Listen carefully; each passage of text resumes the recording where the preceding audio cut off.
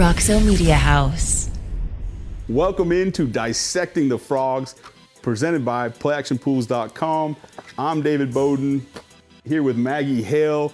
Just got back from Lawrence, Kansas with a Horned Frog win, but it was a tough one, wasn't it? Oh, definitely. There wasn't a time the entire game that I was sitting there like, oh, we got this in the bag. It was a nail-biter the entire time, but it was definitely good for that team to just play in that on-the-road, loud, college team environment with college game day there nonetheless. Yeah, for sure. For them to get battle-tested now is only going to bode well for the rest of the Big 12. Absolutely. The rest of the way. And I felt like the crowd there was into it from, before kickoff. And it was almost like the student section, but the entire crowd. Yeah. I mean, they were all in, with their rock chalk chants and all that stuff. But again, to Coach Dykes has said it the whole time. You want to play in meaningful games in October, in November, and they're certainly doing that now. And that's really what it's all about at this point.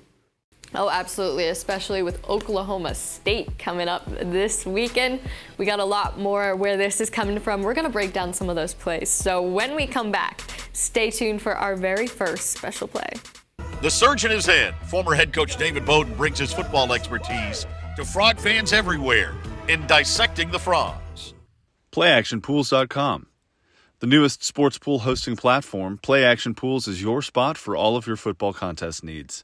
Whether it's a pick'em or survivor pool, Play Action has you covered against or without the spread.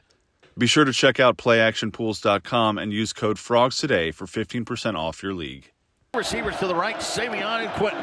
And Duggan on first down, going to roll to the right. Looking, fires. Caught by Quentin up near the 35-yard line. It's going to be a first down. That'll go for all right, Frog fans, as promised, we're taking you to quarter one. And with that play number one right here, Quentin Johnson getting involved early, which is exactly what the team wanted. And I've got Dave over there at the board. He's going to tell us how this play went down, X's and O's wise. Dave? Yeah, they wanted to get Quentin the ball early and often, clearly in this one, Maggie. And so getting him in the slot really helped. Anytime, like I said, there's a nub formation here on the backside, they take the two outside receivers. So Savion Williams comes to the outside, Quentin goes to the slot, and they're going to run just some action here. You'll see the offensive line work this way. So they all work down the line, okay? And this is here by D'Annunzio. He protects the quarterback. Max Duggan reverses out of here, and they send Kendre right to the flat immediately. That's going to be vital, and you'll see why. In order to get Quentin open, you'll see the nickel come in. They see this action quick, and then he works back out to the flat. The safeties, as we talked about on Facing the Frogs, they're going to spin safeties towards that passing strength. So we take a look here. The safety spins down. He gets his eyes on Miller as well, so he covers him. So they now have 2-on-1 in the flat, and that's really going to open up Quentin down the field. So on the backside, you'll see Jarrett Wiley work across the field. This safety is going to work down the middle because he's going to complement the safety spinning down. Corner's going to bail. This corner's going to bail. So now from TCU here, you see vertical. You'll see this sail route at 15 yards by Quentin, and then the backside here by Jarrett Wiley. And so they're creating a flood route, but they're able to get Quentin some one-on-one coverage, which he really hasn't seen up until this point. They've been rolling coverages pretty much in every game, especially early in the game. And so this one here, they start off, they get Quentin to make sure he's in the slot. They run this flood concept, and then Max Duggan gets out of the pocket where I think he operates and does his best work. He's not a guy that you want to just sit back there all the time and stay stagnant. He's obviously a really good athlete. He's shown his speed and in the run game, but also he does a really nice job throwing on the run. He gets downhill, and he starts things off right to Quentin Johnson.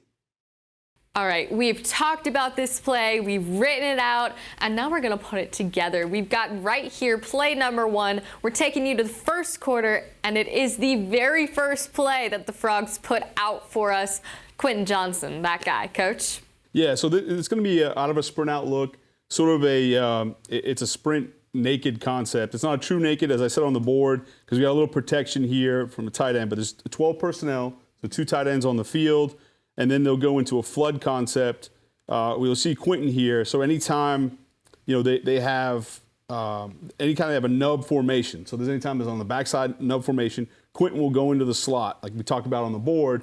Okay, so you can see it here. So then it ends up, when I say flood, and this is something we also talked about on Facing the Frogs, that they would go to a flood concept.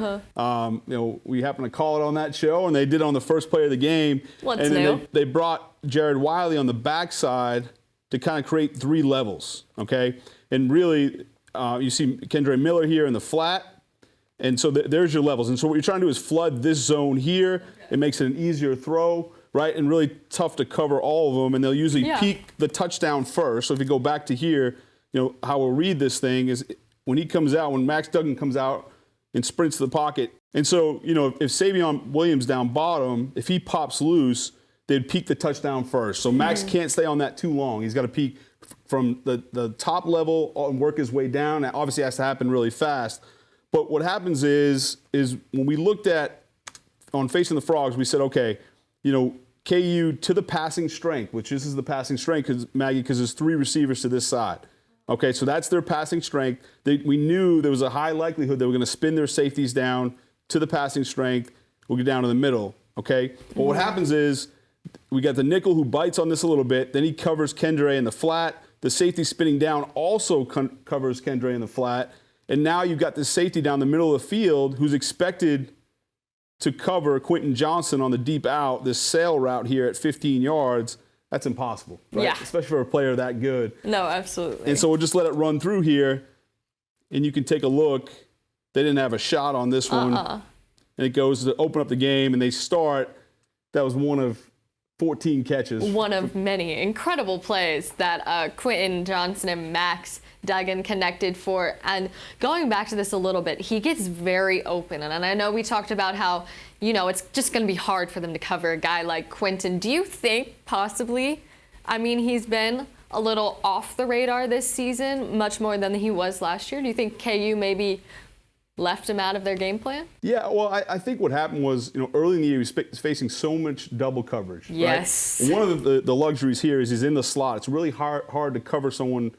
It's possible, but it's really tough to double cover somebody out of the slot. So that's the first thing. Second thing is, they would roll coverage his way, and Savion Williams was having, such a big year on the opposite side, on the outside, that they really had to balance up. So it's more to me. It's not that they forgot about Quentin. It's the fact that all these other receivers with Tay Barber and obviously what Darius has done, they just couldn't afford to roll coverage that way anymore because the other receivers are making them pay. You know? So that I think has a lot to do with it. And then again, just him being in the slot really helped. Absolutely. Maggie, I just want to, before we close on this play, I just want to show you here, we were talking about on the board with Dominic D'Annunzio down here at the bottom, with it not being a true naked, meaning they don't have Max roll out with any protection there. Because of the fact you have Kendre Miller out in the flat, that takes care of that. That allows Dominic to stay in here and protect the edge for Max to get outside, okay? And so what Dominic does is he's really slow with his left foot, purposely allowing the defender, the defensive end, to get inside. Now he can get on that outside shoulder and protect Max. And so it works out well, and he takes care of him. I'll go back to Max here on the throw. It'll be the final thing. But as he sprints out, you notice this really helps on the throw. It has some, helps with the velocity, but he's working downhill, okay, to Quentin Johnson here. Had he got flat, that's a really tough throw. So if he flattens out, but because he's protected, he's able to get around and get himself positioned downhill, sort of point that front camera, which is, his left shoulder, at his target and then work downhill. He's able to do that here and deliver. And the Frogs are obviously off to a great start. Oh, absolutely. Definitely going to make it more accurate on that play. And we're going to take a quick break, but when we come back, we're going to be staying in quarter one, so stay with us.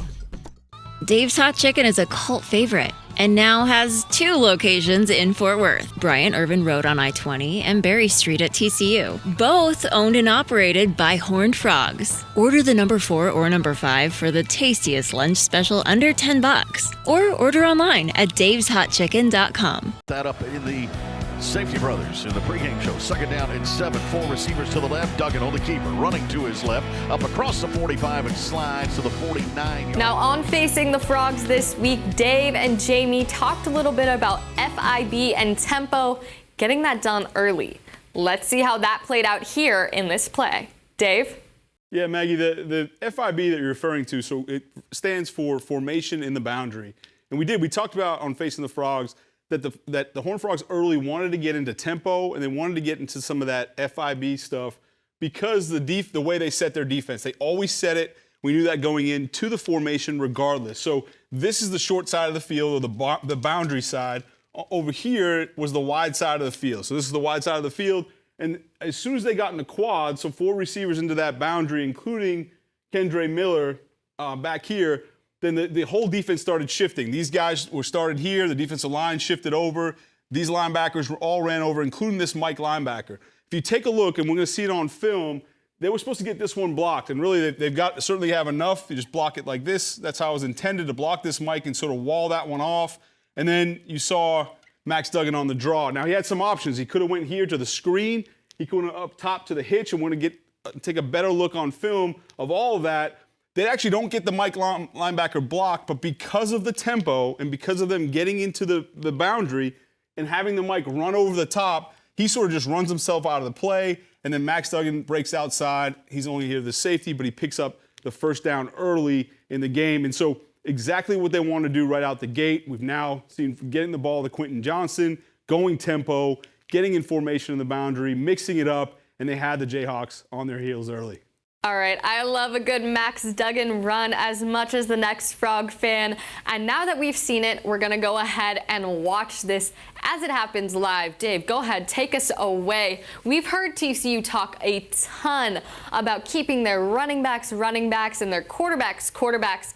So right here, Max Duggan gets the ball, and I mean, no joke, he goes for it. And I love that he's able to get his feet running like that. But was he out of options? No, he actually had multiple options on this play. It's just really the defense dictates where this ball goes. So if I can take this back from the start, again, as we talked about, this is something we brought up on Facing the Frogs against Kansas. You want to do 2 things. You want to go formation in the boundary, which I showed you on the board here a second ago, and also tempo, because they're not a field defense, meaning they don't call their defense or set their defense to the field, right? They set it to the formation. And so really smart here by the Horned Frogs immediately to go formation in the boundary. They put their quads that I was talking about. You can see 4 receivers down here, and that included Kendre Miller out there as well. Okay, so had they not scrambled and got numbers over here, then I'm going to go to this. You can see how there's a screen set up for Kendre. Okay, so if the numbers are good over there, meaning they have more than the red jerseys, they'll just throw it out there. Simple, right? And then up top, if he had what they call free access, okay, meaning this corner was way off, there was no safety on this side of the field, then they have a hitch up top that they could have went to as well. Yeah. Okay, so but with the corner kind of playing around and sort of squatting, what they call it, then he's off of this one automatically because of the corner. Okay, he's off of this because really they've got 4 over 4. They don't love those numbers, even though the safety's back a little bit. And then late, you can see this middle linebacker working to the side as well. Yeah, might even be outnumbered over there. That's right. So everything to him said to Max Duggan, hey, I'm just going to keep this myself on a draw. So that's really what it was. It really wasn't necessarily there was a call draw all the way. He had other options. Had the defense gave him that by the numbers, then he would have just thrown one of those other options. But, and obviously Max has made them pay. Oh, yeah. As we saw the week before with that 67-yard touchdown run. And so he's now another threat for this offense, which I think really you want to limit those runs, but I think it really helps diversify their offense for sure. No, that's just the great thing about Max Duggan in general. He's always got that in his back pocket. You know what? Something's not going right on the field. I'm going to just take it and run it myself. Yeah, that's right. It's exactly right. And then for this now, you went from tempo, and they kept tempo this first drive. They stalled out a little bit there in that extended red zone area. But really, KU was smart from that point. What they did was anytime there's an offensive sub, okay, a substitute, they would substitute a player, then by rule, the official has to stand there and allow the defense to sub. Well, strategically, Lance Leipold and his staff kind of rolled out defensive players really slow and slowed down that tempo the rest of the first half. TCU made a really nice adjustment, and they said, okay, if we want to go tempo from here on out, we're going to go with the same personnel. So with the same personnel, multiple formations, and that didn't allow Kansas to substitute, and they were able to get back in that tempo you saw in that big third quarter that they had. So it was kind of that cat and mouse game early. Kansas got the best of them after this drive. With the tempo and kind of limiting that, and then all of a sudden in the second half, TCU came out on fire.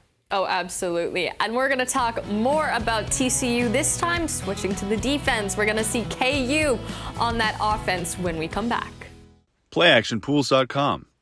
The newest sports pool hosting platform, Play Action Pools is your spot for all of your football contest needs. Whether it's a pick'em or survivor pool, Play Action has you covered against or without the spread. Be sure to check out PlayActionPools.com and use code FROGS today for 15% off your league. Texas-based Happy Water offers the best-tasting, sugar-free kids drink ever made. Happy Water comes in 4 delicious flavors that you can find at local retailers and on Amazon. Each pouch contains 0 grams of sugar, 0 calories, and 0% juice. Head to happydrinks.com for more information and to purchase Happy Water. That's HAPI Live happy, be happy, drink happy. Church League basketball, the shadow passer. Devin Neal stands to the left of the quarterback Bean here on 3rd down and forever. Dumps it underneath, and it's picked off. Threw it behind his intended target. The Horned Frogs step in front of it, Jamoy Hodge. Now right here in the 3rd quarter, defense for TCU. KU offense has the ball. And let me tell you, Jamoy Hodge is really that guy right here, getting that interception. How did this play go down, and was this play designed for that? All of that's going to be found out with Dave over there at the board. Yeah, Maggie, Jamoy Hodge really did an outstanding job on this play. You find him right here, and really he was reading the quarterback's eyes because it was a zone. It was actually a drop 8 zone. And so Kansas motioned their H-back over to this side, and they ran a mesh concept, generally better against man underneath in coverage. But because they dropped out, the Frogs dropped out 8 on 3rd and 21, the mesh happens here between the inside receivers, okay, and they're gonna try and set picks, okay, against man coverage. Against zone, they really need to sit down in those open zones. So Jamoy keeps sinking into coverage because he's reading the quarterback's eyes. And so they run an in-breaking route here. They try to get different levels to high-low that linebacker, but he's smart because on 3rd and 21, he just wants to keep sinking, reading the quarterback's eyes, and then he can rally to anything up in front of him, and that's exactly what he does.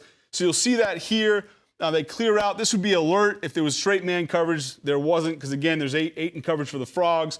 But as this receiver comes across, he should sit down in this zone. He doesn't. He shows his numbers to the quarterback, Jason Bean, and then when he makes the throw, this receiver keeps continuing on his route. Jamoy sees that, and really Jason throws it right to him, and he makes a tremendous catch that we'll get to see on film here, but does a really nice job. The Frogs had the right one dialed up on 3rd and 21 in a big-time play after they made Kansas State had the problem with the pitch on that 2nd down to take them to 3rd and long. So let's go take a look at that on film. As promised, we're taking a look at that killer TCU defense that went on up in Lawrence this week. I mean, come on, Coach. Jamoy Hodge on this play. I can't say enough good things about him, and it all started with this interception. Yeah, it was, and this play it's a mesh play underneath, generally designed or better versus man coverage, okay, or at least man underneath. And what I mean by that is, if you have man coverage and then like man free or something like that, you can only bring 5 rushers. It gives the quarterback a little bit more time because it takes a little longer for the mesh to happen. What I mean by mesh, I'm going to show you here on film.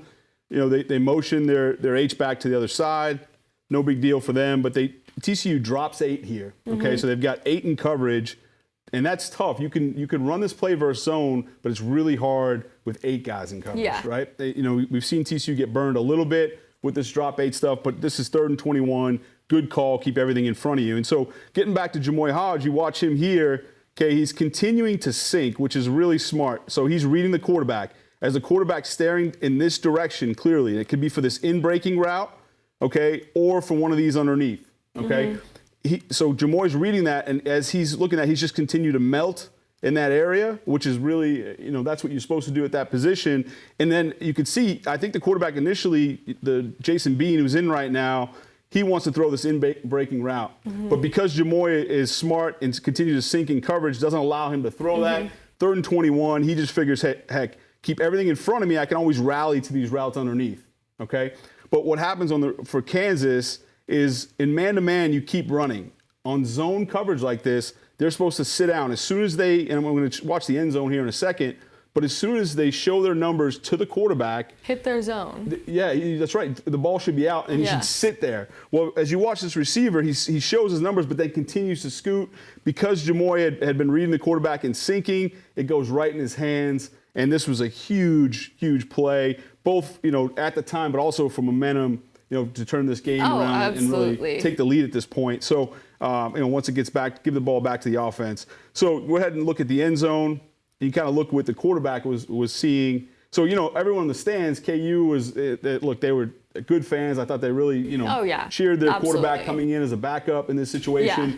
But they were really frustrated with this one, thought, who the heck's the quarterback throwing to? But honestly, the onus really here is on the receiver. It is, yeah. And so, he sees him show his numbers now, okay? He's you're there. That's right. And he needs to just sit down in zone, and then you can see Jamoy here, really smart, continue to sink in coverage. That doesn't allow this one to be thrown up top. Okay, this one here. So he can't throw that one. He's going to throw this one now. The receiver continues on his path. Jamoy has to just get out of the way of the official here. Yeah. And then what a catch by a linebacker. No, seriously. I mean, this is, obviously stretched out. Is that Quentin? Are you sure? I know. It looks like it, right? And he does a good job. You catch the football with your eyes. You can see him. Look, that's exactly how you would teach somebody. I mean, to frame it, to have your eyes right through your hands. And he does a good job on the fingertips, not having, volleyball hands, as they say, right? And just a tremendous job. And it was nice to see for him have that bounce back. I know he's upset to not join his teammates there in the second half last week. So big time play for Jamoy there. Absolutely, and big time play for the defense, and more of that when we come back, this time fourth quarter with just a couple seconds left. The Flying T Club provides the everyday TCU fan and alum the ability to specifically support TCU student athletes. Flying T Club offers 3 levels of memberships. The Flying T Club is a nonprofit organization supporting the brand development of TCU student athletes through a series of unique event-based networking opportunities, which are exclusive to our members. These events provide a great social engagement tool for our members and student athletes alike. Follow them on Instagram at Flying T Club or online at flyingtclub.com. Curry is in out of Little Elm, Texas. He is wide left side. Being the quarterback, 3rd down and 10. Is going to throw it in the flat right. Catch is made. Tackle made. What a grab by Marcel Brooks. Brings down Devin Neal at the line of scrimmage. Every play counts, and especially in this game against Kansas. 49 seconds left in the fourth quarter, and the TCU defense is on 3rd and 21. A critical play made here, and Dave's going to tell us all about that. Dave? Yes, it was a critical play indeed, and it's going to look very familiar because from the offensive side for Kansas, it was actually the same exact play call, only the formation was flipped. So they started off on the left side, they motioned their H-back across, and really they were trying to get a man indicator by doing that, meaning as soon as they motioned across, they saw the safety here follow. As soon as they saw that and they saw the corners in press man with their eyes looking right at the receiver, that confirmed to Jason Bean, I've got man coverage underneath. Okay, so this safety goes down the middle for TCU, and so they've got man-free coverage here, and they've got Marcel Brooks locked up man-to-man on the back. The one other adjustment they made, I know we just take a look at that in-breaking route last time, but he went up the field and ran sort of a square in. This time, you could tell this was an adjustment made on the sideline. So we're going to come back to this play in a critical point. They did, obviously, here at the end of the game. They got the coverage they wanted, and they must have told this receiver, hey, I want you to go run in and sort of set that rub route on Marcel Brooks, allow this back, this is the wide side of the field, allow him in space to get the football. What they didn't account for is the speed of Marcel Brooks. I'm going to see it on film here in a second, but he goes underneath the block and gets out there as fast as possible, taking him down for just a 1-yard gain on this 3rd and 10, brings up a 4th and 9 in a big-time situation. It was a big-time play by Marcel, and sometimes you may have the right call, but football players are going to be players, and he certainly was in this situation. This last play, TCU comes up 3rd and 10, really looking to stop them on 3rd down. Now, why they do go for it in the next play. We do see an impressive stop right here that's honestly essential for the team to get this win. 49 seconds left. Coach, what is so impressive about this play, besides the fact that they're still making plays with 49 seconds left? Yeah, this was critical. I mean, it got them obviously in a 4th and long, which end up ending the game. But I'll tell you the most impressive thing is Marcel Brooks. And the way he runs here, I mean, this is, like a DB. He's playing linebacker, but he's got the speed of a DB. And they ask him to play man-to-man coverage underneath. And so we'll take a look at this here. They go the same motion. This play is going to look familiar because the last play we just talked about, very similar concept. Now, Kansas thinks, okay, we've got him in man. We've got him just where we want him, right? Because we talked earlier, that's a better play versus man underneath. Yeah. Okay, so they go ahead, and this time they only bring one. They bring the one linebacker. Okay, they drop two guys out. It's sort of those rats underneath. Okay, and then everyone else is in man coverage except for this free safety. Okay, so he's going to protect against a post or something deep. But everything else is in man. And Marcel, when we go back here, Marcel has the back. So here's Marcel here. He's got the back man-to-man. All right, they try to run this rub route that we talk about all the time. On offense, they call it a rub. On defense, they call it either a pick or just pass interference. But here, they try to get that on Marcel. What he does is go underneath. Now, it's not necessarily textbook. What they say is if you take it, you got to make it. Meaning, if you're going to take the back door and go underneath a block, and the same thing when they, if it's a run play, for instance. I don't want to get too far off track here, but I want you to see if there's a run play this way and a linebacker goes underneath the block, you better make the play. Everything you're coached to do tells you to go over the top of blocks, okay, and cross face, right? Yeah. Well, here, Marcel goes underneath.